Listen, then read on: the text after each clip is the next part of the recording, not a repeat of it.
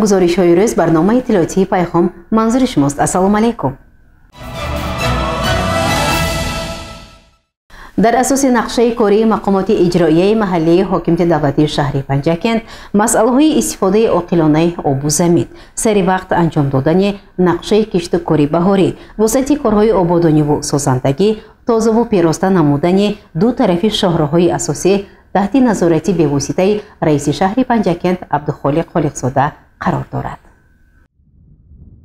در جریان سفری کاری با ولایت سوخت، اساسگزار صلح و وحدت ملی، پیشوای ملت، پرزیدنت جمهوری تاجیکستان محترم امام علی رحمان ضمن ملاقات با رئیسان شهر و ناحیه‌های ولایت آنها را در سمت استفاده عاقلانه آب و زمین، رشد ساحه کشاورزی، وسعت کارهای آبادانی و سازندگی و استقبال 35مین سالگرد استقلال دولتی جمهوری تاجیکستان وظیفه‌دار نمودند. در زمینه دستور سپارش‌های پیشوای معظم ملت، وظیفه‌گزاری‌های رئیس ولایت سوخت محترم رجب‌بای احمدزاده، رئیس شهر عبدالخالق خالقزاده با همراهی یک گروه کاری با فعالیت خواجگی‌های دهقانی در جماعت‌های دهاتی یاری، وارو، دایق شیرالی و دیگر موضع‌های دو طرف شاهراه عین پنجکند شناس گردید. در جماعت دهاتی یاری در موضع دهه‌های کشتودک و دشت قاضی رئیس شهر عبدالخالق خالقزاده با رهبران خواجگی‌های دهقانی و انفرادی و آنهایی که با رشد ساحه کشاورزی و استفاده زمین علاقمند هستند دستور داد که در سال روان باید هر یک وجب زمین ثمرناک استفاده برده شود. در این روند رئیس شهر عبدالخالق خالقزاده با مسئولین جهت سری وقت انجام دادن تعمیر شبکه‌های آبرسانی و همزمان تامین آب‌های پالیزی برای باغ‌ها، زمین‌های کشت و دیگر موضع‌هایی که با آب پالیزی نیاز دارند دستور و سپارش‌های مشخص داده، همزمان برای رشد ساحه چاره‌داری مسئولین را وظیفه دار کرد. در جماعت دهاتی وارو رئیس شهر عبدالخالق خالقزاده با رفت تعمیر و تجهیزانیدن و آبادانی بیمارخانه منطقوی رکناباد شناس گردید. با رهبریت بیمارخانه مرکزی شهر دستور داده شد که باید این بیمارخانه با یک صفت بلند تعمیر و تجهیزانیده شود و جهت تشخیص و طبابت بیماران شرایط‌های مساعد فراهم آورده شود. در دو طرف شاهراه اساسی عین پنجکند رئیس شهر عبدالخالق خالقزاده با مسئولین، رئیسان جماعت‌های دهات، رئیسان محله‌ها و ساکنان صحبت‌های سر راهی انجام داد. از آنها خواهش نمود که آنها باید برای تازه و زیبا ساختن نزد بناهای استقامتی، کارخانه موسسه‌ها و در مجموع باز هم زیبای خوشتر ساختن شاهراه اساسی پروتکلی یعنی از ناحیه عینی تا سرحد جمهوری ازبکستان تدبیرهای ضروری اندیشند. رئیس شهر عبدالخالق خالقزاده با رفت کارهای ساختمان و وصلی در انشاءات جشنی بیمارخانه منطقوی جماعت دهاتی با نام استاد لایق شناس گردید و با مسئولین دستور داد که باید کارهای ساختمان و وصلی در سطح بلند و با صفت خوب انجام داده شود. در جماعت دهاتی با نام استاد لایق شیرالی رئیس شهر عبدالخالق خالقزاده با رفت بنیاد شبکه آب پالیزی و دیگر کارهای مربوطی رشد کشاورزی شناس گردیده مسئولین را وظیفه دار کرد.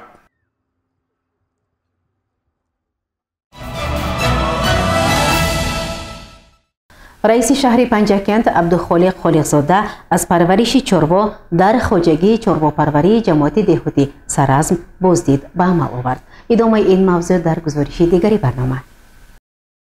چاره‌واداری یکی از ساحه‌های درآمدناک خواجگی خلق کشور به حساب رفته. آن می‌تواند ساکنان کشور را با گوشت و شیر و پشم تامین نموده در پیشرفت سطحی اقتصادیاتی کشور سهم گذارد. وسعت بخشیدن به رشد این ساحه مهم پیش از همه برای تامین امنیت آذوقه‌واری جمهوری تاجیکستان اهمیت بی‌اندازه دارد.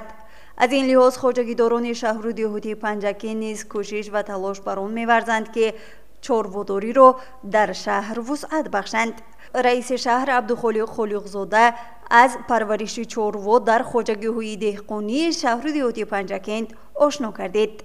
مورد و ذکر است که یک قسمت مالی مایده خواجگی‌های دهقانی و اهالی در منطقه‌های جنوبی کشور و قسمت دیگر در حدود شهر زمستان می‌گذرانند. طبق اطلاع دفتر مطبوعاتی رئیس شهر پنجکین، رمه گوسفندان خواجگی دهقانی هفزک کمر به نام نیشانوف اساساً در حدود جماعت دهاتی سراسر شهر پنجکین پرورش کرده می‌شوند. رئیس شهر عبدالخالق خالقزاده ضمن بازدید از چراگاه‌های حدودهای جماعت دهات با کار و باری چوپان‌ها فتح‌الله بابایف و مقصود اسرافیلوف آشنا گردید. طور اطلاع داده شدند رمه چوپان‌ها که سابقه زیادی کاری دارند زمستان را به دشواری پس سر نموده از همه میش‌ها نسل سالم گرفتند. اطلاع داده شد که در همه شکل‌های خواجگیداری شهر پنجکین بیش از 219,000 سر مالی میده پرورش کرده می شود و چاره‌وا پروران کوشش دارند که این شمار را باز هم زیادتر نمایند. گزارش مرتبه رحمان و شاه حسین صالحوف.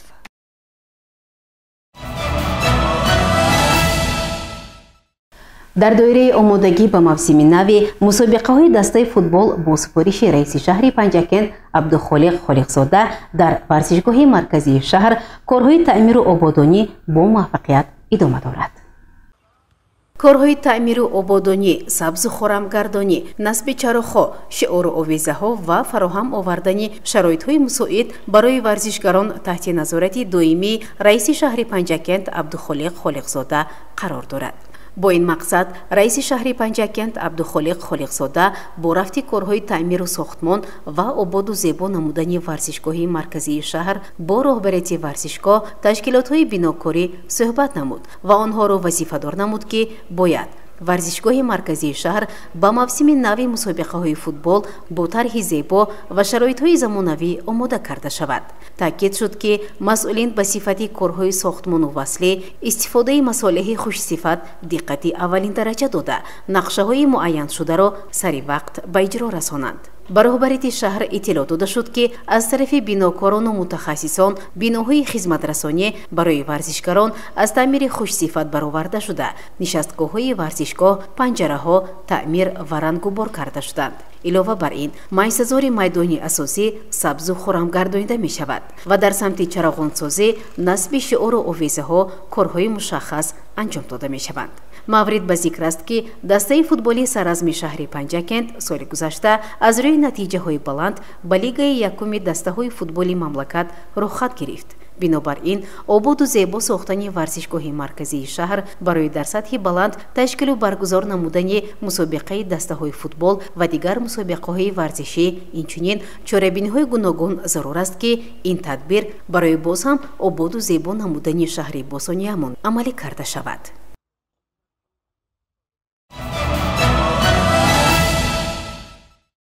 برنامه را ادامه می‌دهیم. ملاقات و صحبت‌های گروه کاری پروکراتوری شهر پنجکین و دیگر مقامات دخدار در جماعت‌های دهات ادامه دارد. گزارش ما از ملاقات نوبتی گروه کاری در جماعت دهات سوجینه آماده شده است. در زمینه اجرای دستور و سپارش‌های اساسگذاری صلح و وحدت ملی پیشوای ملت پرزیدنت جمهوری تاجیکستان محترم امامعلی رحمان از طرف پروکراتوری شهر پنجکین در همکاری با مقامات اجرایی محلی حاکمیت دولتی شهر و دیگر ساختارهای مأموری و نظارتی جهت اجرای رفت قانون‌های جمهوری تاجیکستان درباره تنظیم عنعنه و جشن و مراسم در جمهوری تاجیکستان مسئولیت پدر و مادر در تعلیم و تربیت فرزند همزمان بلند برداشتن معرفت حقوقی شهروندان تأسیس داده شده است. ملاقات و صحبت‌های گروه‌های کاری تحت رهبری پروکرور شهر پنجکین مشاور عدلیه درجه یکم اسکندر رحمتزاده در جماعت‌های دهات ادامه دارد. ملاقات نوبتی گروه کاری با ساکنان جماعت دهات سوجینه برگزار گردید. راهبر گروه کوری پروکوروری شهر مشاور عدلیه درجه یکم اسکندر رحمتزاده با اشتراکچیان ملاقات درباره آموزش و رعایت نمودن طلبات قانونهای جمهوری تاجیکستان درباره تنظیم عنعنه و جشن و مراسم در جمهوری تاجیکستان، مسئولیت پدر و مادر در تعلیم و تربیت فرزند، پیشگیری شاملشوی شهروندان از جمله جوانان به حزب و حرکت‌های تروریستی و اکستریمیستی، ظهورات نامطلوب خودکشی، سوءقصد به جان خود، جنایتکاری، بیگانه‌پرستی، جداشوی عائله‌ها، بلند برداشتن تربیت اخلاقی و حقوقی جامعه، نظارت خوانندگان از طرف آموزگاران و والدان، وسعت کارهای کشاورزی، آبادانی و خرمگردانی و دیگر مسائل تشویش آور روز اندیشه و ملاحظات خویش را بیان نمود. همزمان به سوال و درخواست‌های حاضرین جواب‌های مشخص داده شد. پروکوروری شهر از حاضرین دعوت نمود که در محل زیستی خویش در عائله و دیگر چاره‌بینی‌های معرفتی و فرهنگی به مردم ماهیت مسائل‌های بررسی شده را فهمانند. چنین صحبت و ملاقات گروه کوری در دیگر جماعت‌های دهات ادامه خواهد یافت.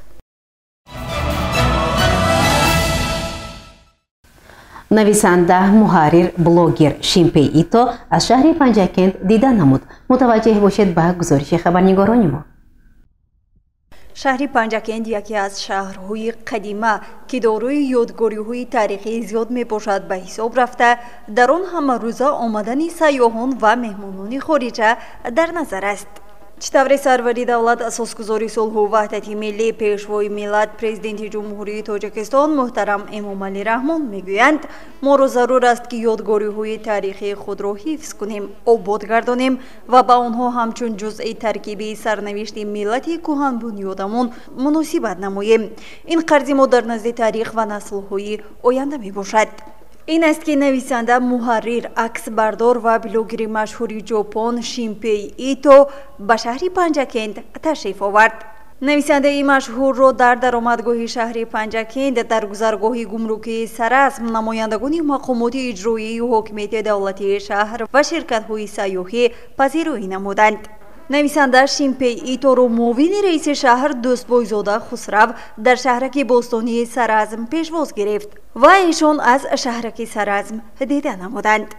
مورد ذکر است که یادگاری قدیمه سراسم تیر ماه سال 1976 از جانب باستانشناس عبدالله جان اسحاقوف کشف گردید. آن در 15 کیلومتری غرب شهر پنجکند و 45 کیلومتری شهر سمرقند جایگیر شده است. سراسم یکی از یادگاری‌های قدیمترین دوره انیولید و اولی عصر برنجی به حساب می رود که درباره آن به مهمان اطلاع دادند. پس از آن نویسنده خارج از آثارخانه جمهوریوی تاریخی کشورشناسی به نام ابو عبدالله رودکی، پنجکند قدیم و مقبره ابو عبدالله رودکی در دهه 5 رود دیدن نموده به این یادگاری‌های قدیمه شهر پنجکند بهای بلند داد. نویسنده شیمپی ایتو ابراز نمود که من مفتونی وطنی شما گشتم و دیده و شنیده هایم را برای هموطنانم معرفی خواهم کرد.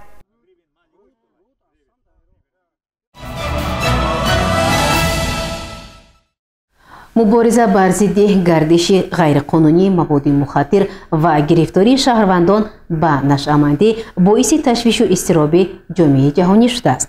در مشورت نوبتی کوری راه اصولهای مبارزه بر ضد این وبای عصر مورد تحلیل و بررسی قرار گرفت. ادامه این موضوع در گزارش همکاران ما. واقعاً جهان معاصر در قبال مبارزه با گردش غیر قانونی مواد مخدر و گرفتاری شهروندان به نشأه‌مندی قرار دارد.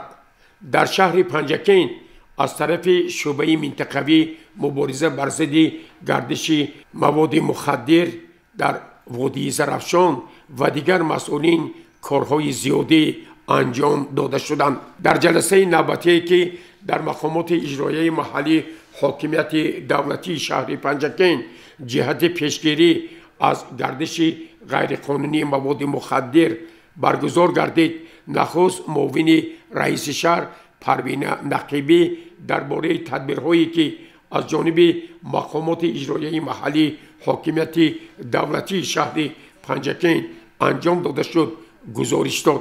سپس سردار شعبه منطقوی مبارزه بر ضد گردش غیرقانونی مواد مخدر در وادی زرافشان جورخان رجبزاده پیرامون فعالیت این شعبه گزارشی مفصل داد و همزمان اظهار نمود که واقعا امروز مسئله مبارزه بر ضد وبای اسب نشمندی و نشجلابی یک سمت خیلی مهم و همزمان تشویش آور باقی مانده است. سوءاستعمال مواد ناشور در شهر پنجکن بسیار تشویش آور است. نارکولوگ اینا حاضر هستند اینجا 188 نفر این زمان نشمند داریم در شهر پنجکن. حاضر این شماره بیمارانی که به همین بیمارخانه مراجعت نمودند. حاضر ما استاتیستیکایی که همین کسو پیشنهاد کردیم. برای ما از شما خواهش طلب همین همکاری را قطعی می‌کنیم تا درست برامون مسئله استراتژی مسئله دیگه ما سنجشو گذراندیم. مثلا یگان جماعت کاربریش درست نیست. انا پیشگیری نشمندی و انا آشکار نمودن یا فقط کاریمون نیست. ما که همین دستجمعونه کار کنیم همین چیزی نامطلوب ایموبین میره. در مشورت کاری سردکتر بیمارخانه مرکزی شهر پنجکن رحیموف امید، ناظر شعبه معارف شهر پنجکن قدرت شکروف به سخن برآمده پیرامون فعالیت ساحه‌های خویش در سمت مبارزه بر ضد گردش غیرقانونی مواد مخدر و به نشمندی روی آوردن بعضی شهروندان فکر و ملاحظات خویش را بیان نمودند. در 3 ماه اولی سال 2024 3 نفر بیماران نشمند، 1 نفر با بسیار نشمندی و 2 نفر با نشمندی عفوینی و قید دیسپنسری گرفته شده. 1 نفر بنابر بهتر شدن وضع سلامتیش و 1 نفر دیگر بنابر فهمیدنش از قید برآورده شده است. اوید به عملی گرداندن استراتژی ملی اوید به نظارت مواد ناشور در جمهوری تاجیکستان برای سالهای 2021-2030 جهت اجرای بندهای استراتژی مذکور در اساس نقشه چاره‌بینی تصدیق گردیده در مسائل تعلیمی شهر و جماعت‌های دهات از طرف شخصان مسئول شعبه معارف و مسائل تعلیمی چاره‌های سودمند اندیشیده شدند. در خاتمه مشورت کاری تاکید گردید که باید اهل جامعه متحدانه بر ضد این وبای اسب مبارزه برند.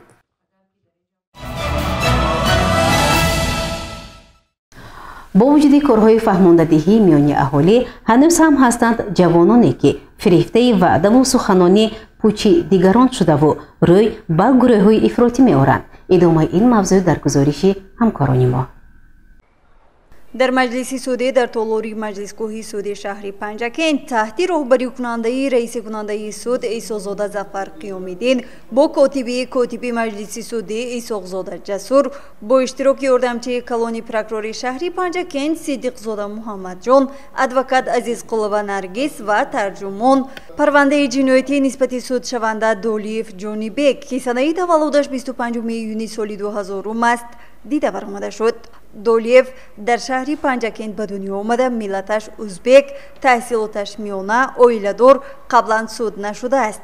تا حبس ساکنی دهه‌ای حوزه بالوی جماعت دهاتی سرازمی شهر پنجکن بود. موقتا بیکار شهروند جمهوری تاجیکستان است. نسبت او با ماده 307 علاوه 3 قسم 2 کدکس جنایتی جمهوری تاجیکستان پرونده باز شده است. او تخمینا سال 2020 به مهاجرت مهنتی به فدراسیون روسیه رفته، در آنجا با راهبران و اعضایان فعال رویه اکستریمیستی سلفیه از قبیله محمد رسول شهروند جمهوری قرقیزستان و دولت بیگ با تخلص محمد عمر شهروند جمهوری ازبکستان شناسایی و رابطه زیج پیدا نموده، با دعوت نامبردگان عقیده و غایه‌های خصوصیت افراطی داشته رو در سمت رویه دینی غیر قانونی سلفیه درست شماریده، همچون اعضا شامل این رویه گشته است. همچنین او طریق تلفنی موبیلی خود این رویه را ترغیب و تشویق نموده است. پس از پرسیدن شاهدان سود چنین حکم نمود. دولت جمله یزدانپوریچ با ماده 307 علاوه 3 قسم 2 کدکس جنایتی جمهوری تاجیکستان گناه داشته. با این ماده جزا در مورد محروم ساختن از آزادی به مدت 5 سال با نگاه داشتن در کلان اصلاحی داره نظام پرزور تعیین برده شود. سرشاری مورد ادای جزا نسبت دولیف جانبک یزدانپوریچ از 18 ژانویه سال 2024 به حساب گرفته شود. دولیف جونی بیگ از این کردار خود صدقاً پشیمون بوده از والدین خواهش میکند که برای تربیت درستی فرزندان سهم گذار باشند تا فرزندانشان در آینده به این کاری خطا دست نزنند. گزارش مرتبه رحمون و شاه حسین صالحوف و شهباز قربانوف.